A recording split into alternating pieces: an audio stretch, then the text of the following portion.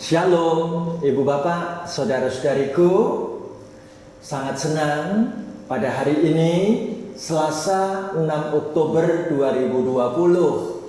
Saya Pendeta Stefanus Lim bersyukur boleh mengunjungi Ibu Bapak, Saudara-saudari di rumah kita masing-masing, di kota kita masing-masing, dalam sebuah acara siaran online Renungan Harian GKI Klasis Purwokerto.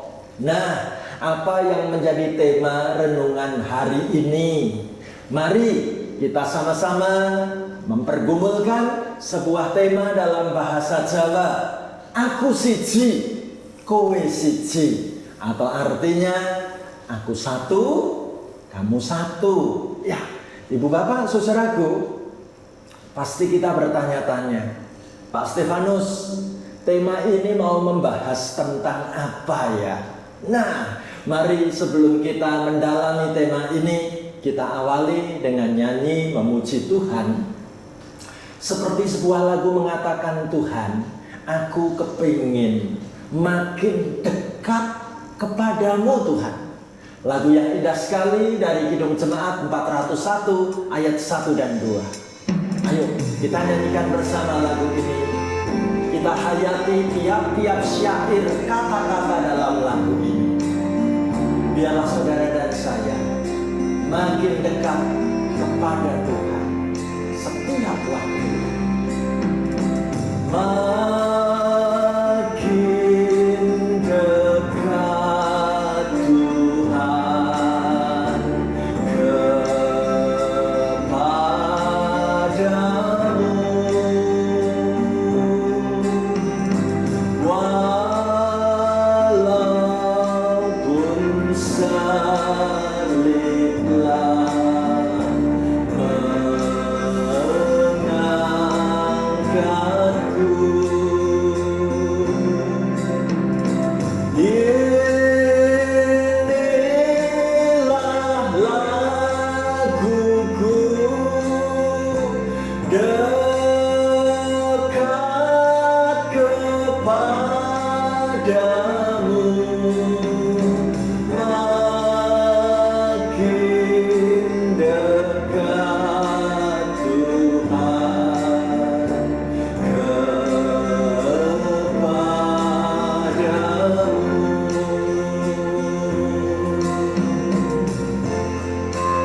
Tuhan, ibarat harus berbantal batu sekalipun, aku mau rebah, asal aku dapat bermimpi makin dekat kepadamu Tuhan. Berbantal batu pun ku mau rebah, bagai musafir yang lunglai lelah.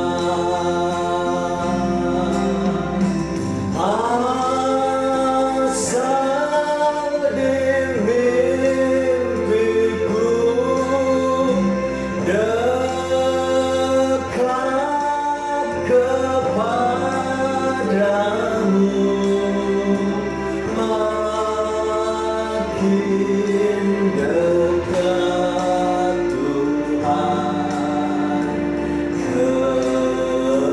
kepadamu. Amin.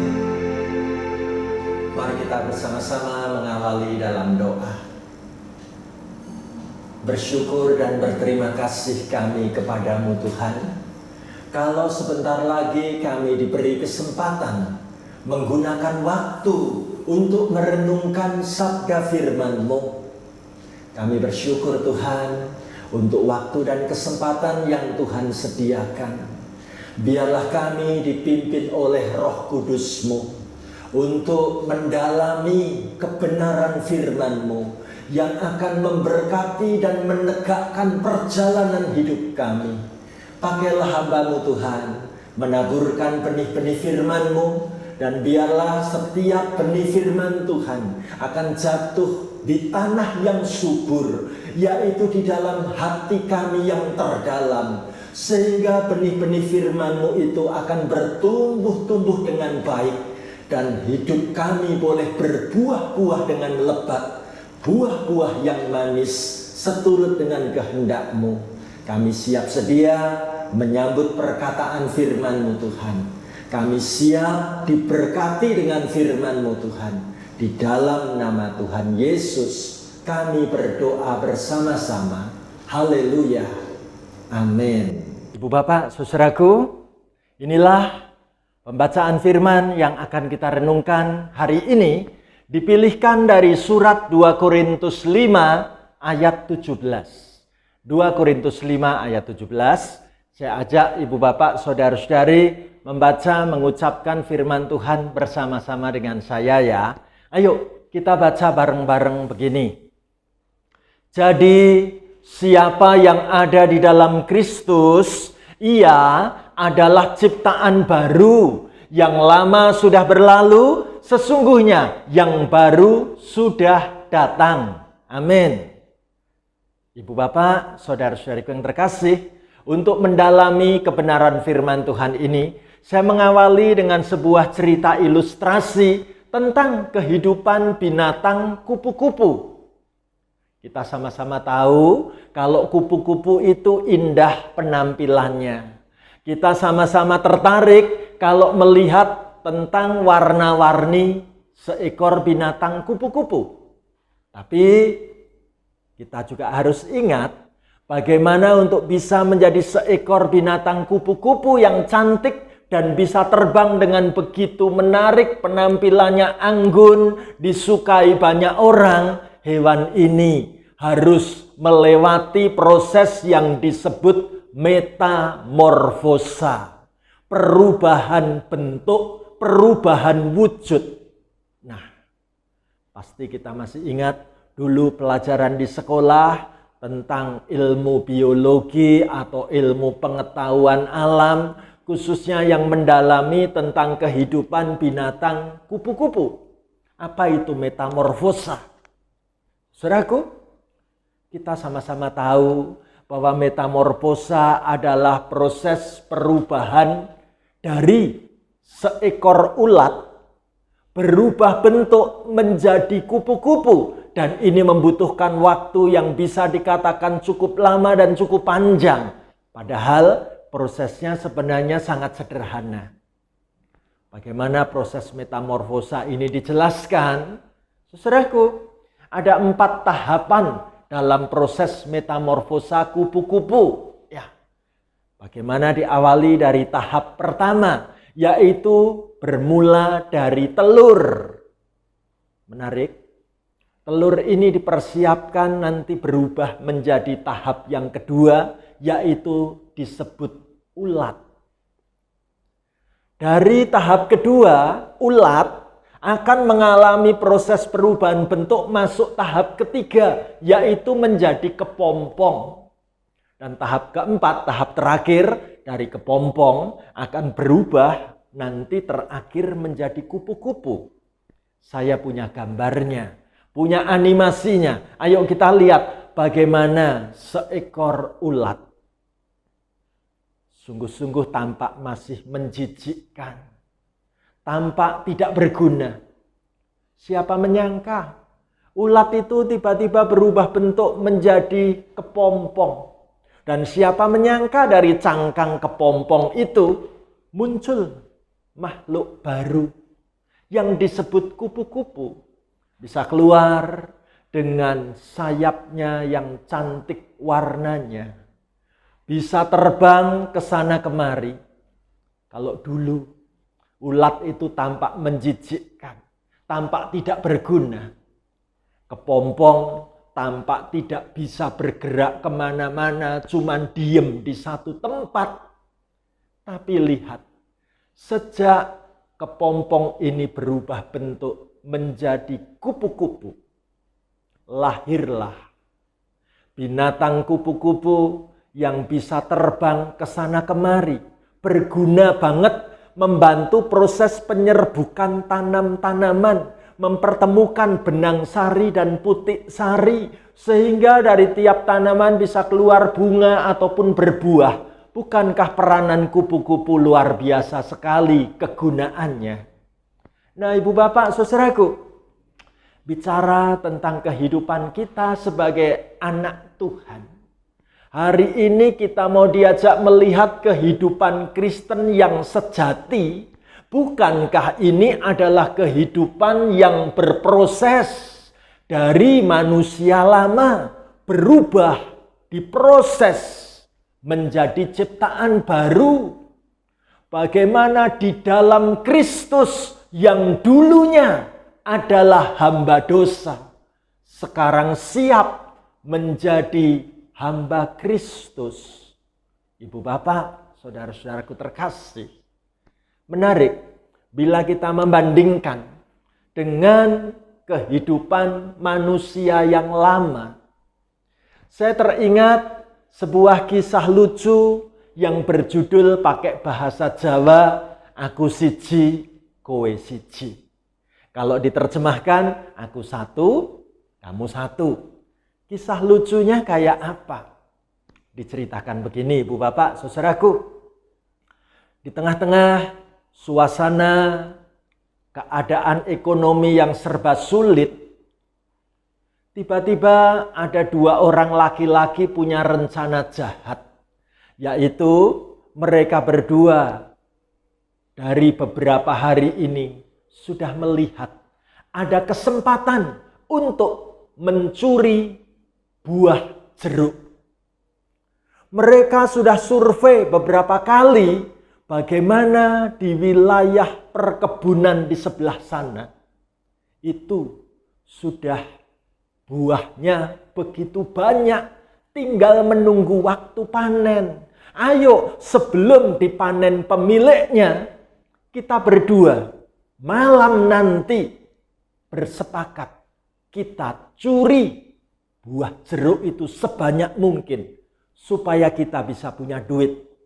Itulah rencana jahat kedua laki-laki yang bersepakat nanti tengah malam. Kita akan keluar, kita akan menuju perkebunan jeruk di sebelah sana dan kita akan ambil buah jeruk sebanyak mungkin. Jadi kita harus siap-siap karung besar supaya hasilnya pun banyak.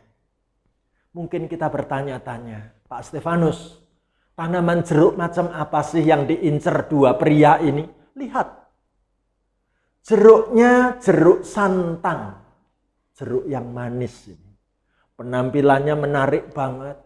Bagaimana tanaman jeruk ini betul-betul buahnya lebat sekali. Itu sebabnya dua orang pria ini bersepakat. Nanti malam kita sungguh-sungguh siap ada di kebun ini. Benar, malam itu mereka berdua sudah sampai di tengah-tengah perkebunan. Mereka sudah mengeluarkan kantong yang besar. Mereka cepat-cepat memetik buah-buah jeruk itu, dimasukkan dalam wadah kantong tadi. Tapi tiba-tiba kehadiran dua pria di kebun jeruk ini diketahui oleh seekor binatang anjing milik sang tuan yang memiliki tanah kebun jeruk tadi. Apa yang terjadi, saudaraku? Anjing ini mulai menggonggong terus-menerus. Suara gonggongannya begitu keras. Suara gonggongannya menunjukkan anjing ini curiga ada orang asing di perkebunan ini. Saking takutnya, dua pencuri ini benar-benar takut kalau nanti dikejar anjing atau gonggongan anjing itu membangunkan penduduk sekitar atau pemilik perkebunan. Mereka buru-buru, cepat-cepat karung itu sedapatnya tadi segera dibawa lari. Mereka berhasil membawa buah jeruk. Sudah lumayan banyak walaupun belum banyak banget gara-gara digonggong anjing tadi. Mereka berdua berpikir, kita harus menyelamatkan diri kemana ini? Mereka sambil berlari membawa karung isi buah jeruk tadi. Mereka melihat di depan sana ada bangunan yang kosong sama sekali. Bangunan itu sepi banget nih. Kayaknya kita lebih baik sembunyi, masuk lewat pintu gerbang ini. Tapi mereka berdua bertanya-tanya, ini bangunan apa ya? Begitu masuk mereka baru ingat, wah, bukankah ini kuburan angker? Bukankah ini tempat pemakaman yang horor? Bukankah ini tempat yang mengerikan? Tapi apa boleh buat, kita mesti sembunyi masuk ke sini. Saking buru-burunya mereka masuk ke dalam pintu itu, 2 butir buah jeruk itu gelundung di area dalam tempat pemakaman tadi. Di dekat pintu gerbang itu ada 2 butir buah jeruk menggelinding di sana. Nah, mau mengambil, mereka pikir belum aman. Kita tunggu dulu saja di balik tempat kita bersembunyi. Dari dalam kuburan itu mereka mencoba mendengar. Masihkah ada suara gonggongan anjing? Kayaknya sudah sepi. Berarti sudah aman. Nah, begitu mereka merasa aman, mereka keluarkan karung jeruk tadi. Dan 2 pria ini bersepakat, ayo kita mesti membagi hasil curian buah jeruk ini harus adil. Gimana caranya harus adil? Dibuka karungnya, lalu mereka mulai berhitung. Salah seorang dipercayai untuk melakukan tugas itu. Jadi mulailah mereka membagi hasil dan menghitung. Cara menghitungnya unik. Aku siji, kowe siji. Aku siji, kowe siji. Aku siji, kowe siji. Aku 1, kamu 1. Aku 1, kamu 1. Aku 1, kamu 1. Terus buah jeruk ini dibagi supaya adil dan rata.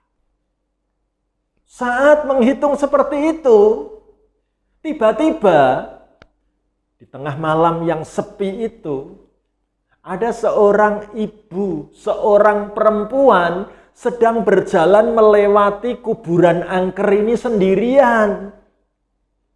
Betapa kaget perempuan ini, sayup-sayup dia mendengar ada suara di dalam kuburan. Tapi benarkah pendengaran telingaku ini? Ia mencoba sempat berhenti sejenak.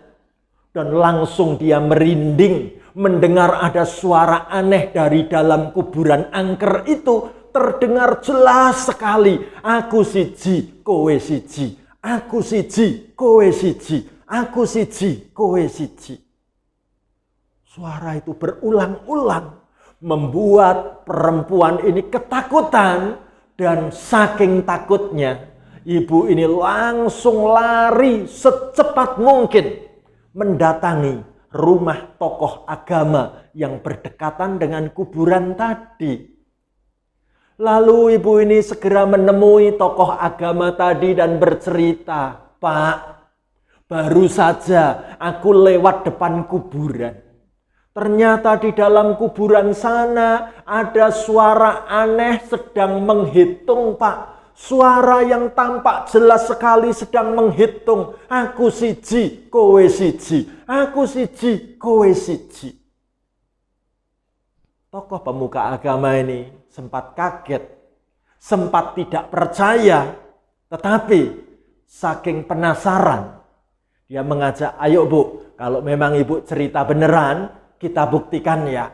Kita datangi, kita menuju ke area kuburan." Tapi kuburan ini kan angker, Pak. Iya, kita sampai di depan gerbang kuburan saja. Kita nggak usah masuk. Karena kalau masuk ke dalam memang terkenal angker.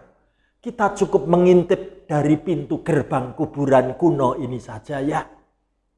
Maka tokoh agama dan ibu ini menunggu di depan pintu gerbang tadi.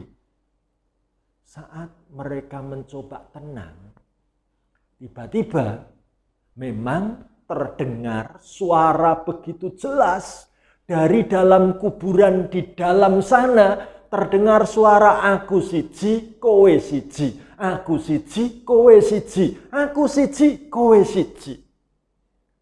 Ibu ini segera bertanya, Pak, maaf Pak, apakah itu suara malaikat ya? Lagi menghitung-hitung nyawa manusia di kuburan ini yang sudah dicabut nyawanya. Mereka akan lapor kepada Tuhan yang Maha Kuasa ya Pak. Maka tokoh pemuka agama ini segera menanggapi. Entahlah Bu, saya juga tidak mengerti. Yang pasti aku mulai takut Bu. Dua orang ini ketakutan. Tapi mereka mencoba tetap memberanikan diri bertahan di dekat pintu gerbang kuburan kuno tadi. Dan apa yang terjadi? Sambil mereka menunggu-nunggu. Suara tetap jelas, aku siji, kowe siji, aku siji, kowe siji, aku siji, kowe siji. Hati mereka deg-degan luar biasa. Tiba-tiba, tidak berapa lama kemudian, ada suara jelas terdengar dari dalam kuburan itu. Sekarang sudah rampung. Semua sudah rampung. Tapi masih sisa 2 yang ada di depan pintu gerbang kuburan ini. Nah, ini mau diambil siapa? Mau diambil kamu atau aku yang ke sana? Wah, apa yang terjadi saudaraku? Langsung tokoh agama dan perempuan ini lari secepat kilat sambil berteriak-teriak minta tolong. Ya, ketakutan luar biasa. Karena mereka berpikir tinggal 2 di dekat pintu gerbang utama kuburan ini. Akan diambil. Berarti kita akan diambil nyawanya kah? Lebih baik kabur dan lari. Ibu bapak saudaraku terkasih. Menarik. Kisah ini mau mengingatkan kepada saudara dan saya. Bahwa kehidupan manusia lama itu benar-benar ada di dalam dosa. Masih dipengaruhi kesukaan hidup dalam dosa. Misalnya 2 orang yang kesulitan ekonomi itu nekat mencuri jeruk. Atau kita melihat kehidupan yang masih dikuasai dalam dosa. Hidup dalam bayang-bayang ketakutan yang berlebihan. Tanpa menggunakan akal sehat. Bahkan tidak lagi ingat kalau memiliki iman yang teguh. Ibu bapak, saudaraku yang terkasih. Coba kita bawa dalam situasi kekinian. Saat-saat masa sekarang ini, dalam masa pandemi seperti sekarang ini, jangan biarkan hidup kita berada dalam bayang-bayang ketakutan yang berlebihan. Jangan biarkan hari-hari kita dipenuhi dengan kecemasan, kegelisahan, mengalahkan iman dan akal sehat kita. Pasti kita bertanya-tanya, Pak Pendeta, bagaimana caranya supaya hidup kami bisa melewati masa-masa pandemi ini tanpa ketakutan, tanpa kecemasan yang berlebih. Bagaimana caranya Pak Pendeta?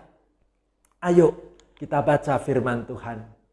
Firman Tuhan yang luar biasa indahnya. Kita ucapkan sama-sama ya.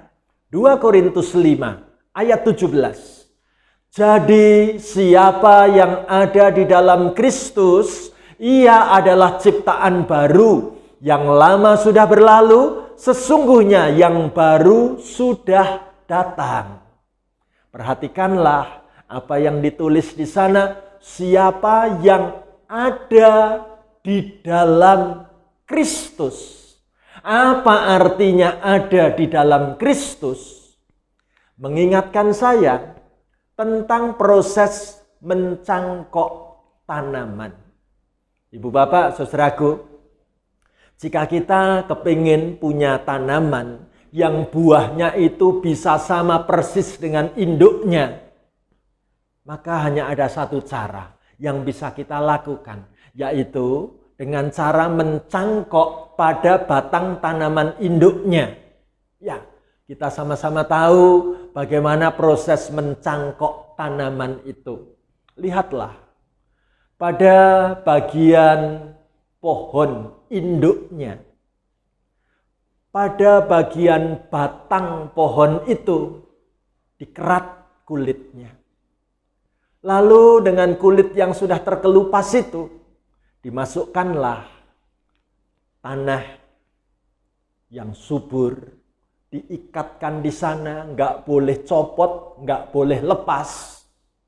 Dan nanti kita pun tahu bagaimana dari tanah yang dicangkokkan pada bagian batang tanaman yang buahnya enak tadi akan muncul ranting baru, tunas yang baru, tanaman yang baru. Dan inilah tanaman yang bisa ditanam nanti di rumah menghasilkan buah yang sama persis dengan tanaman induknya, bukan?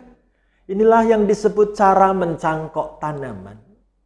Jadi, bila dikaitkan dengan kehidupan kita menjadi anak Tuhan, betapa kita boleh melihat Kristus Yesus yang telah rela mati di atas kayu salib. Apa yang boleh kita pandang dalam gambar Tuhan Yesus yang mati di atas kayu salib? Kita sama-sama tahu Kristus Yesus telah bersedia dilukai, dikerat di atas kayu salib. Supaya sama seperti batang tanaman induk yang siap dicangkok, harus dilukai dan dikerat agar bisa tumbuh kehidupan yang sama dengan Kristus, maka hidup kita mesti dicangkokkan, diikat, melekat kuat, tidak terpisahkan dari Kristus, supaya tetap bersama dan di dalam Kristus, agar muncul kehidupan yang baru, tumbuh manusia yang baru, yang makin menyerupai Kristus Yesus Tuhan kita, bukan? Ibu bapak, saudara-saudara yang terkasih, Tuhan menunggu bagaimana hidup kita berproses dari manusia lama bisa menjadi manusia baru, mengalami perubahan hidup dari hamba dosa menjadi hamba Kristus. Hanya dengan cara aku akan terus melekat, tidak terpisahkan dari kasih-Mu Tuhan. Aku akan terus menempel, aku siap untuk dicangkokkan, melekat padamu Tuhan, supaya hidupku makin hari makin menyerupai Kristus. Ibu bapak, saudara-saudariku yang terkasih, cerita tentang aku siji, kowe siji, atau aku satu, kamu satu, kiranya berubah mulai hari ini menjadi cerita indah tentang tugas hidup saudara dan saya akan membawa dan mempersembahkan banyak orang bertumbuh mengenal Kristus. Setiap hari kita akan berhitung dan berkata, aku siji, kowe siji. Terus menerus kita akan membawa banyak orang mengenal Kristus, hidup di dalam Kristus, dan kita dipakai Tuhan membawa banyak orang bertemu dan mengalami hidup di dalam kasih cinta Tuhan. Maukah kita dilibatkan Tuhan dalam proses aku siji, kowe siji? Tuhan memberkati kita semua. Haleluya. Amin. Mari kita tanggapi dengan sebuah lagu. Lagu ini akan kita nyanyikan dengan judul Kudaki Jalan Mulia. Lagu ini ada 2 bait. Kita akan nyanyikan lagu ini, saya akan menggunakan gitar ya. Yuk kita nyanyikan lagu ini.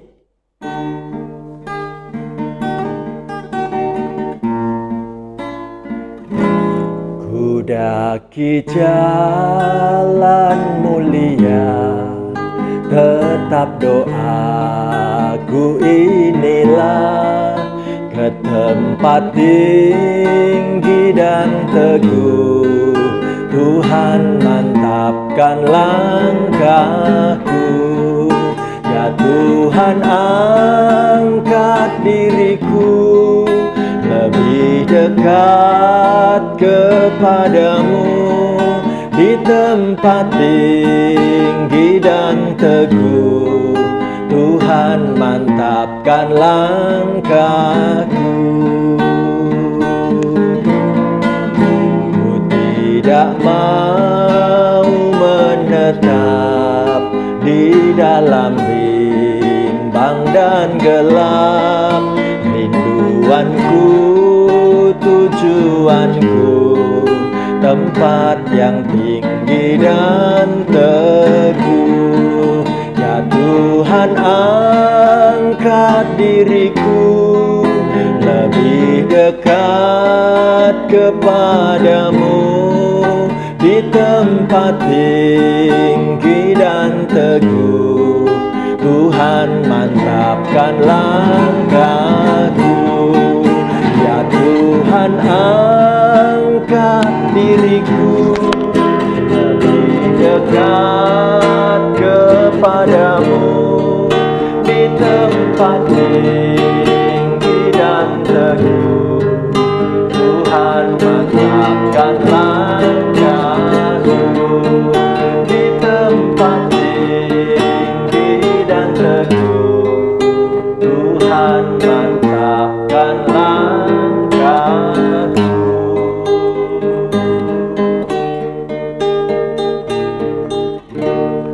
Terima kasih Tuhan, karena kami telah merenungkan sabda firman-Mu. Kami bersyukur untuk perjumpaan kami dengan firman-Mu hari ini. Ajari hidup kami mengalami proses perubahan dari manusia lama menjadi manusia baru, dari hamba dosa menjadi hamba Kristus. Pakailah waktu umur sisa hidup kami ini, boleh mempersembahkan banyak orang mengenal Engkau Tuhan. Ketika kami berkata seorang dengan yang lain dalam keluarga kami, aku siji, kowe siji. Kami akan terus menghitung, mempersembahkan sebanyak mungkin, membagikan kasih cinta-Mu kepada banyak orang di sekeliling kami. Terima kasih Bapa untuk renungan hari ini. Kami siap melanjutkan hidup kami, dipandu, dituntun dengan firman-firman-Mu. Di dalam nama Tuhan Yesus, kami siap untuk menjadi ciptaan yang baru. Karena yang lama sudah berlalu dan yang baru telah datang. Terpujilah nama-Mu Tuhan Yesus. Haleluya. Amin.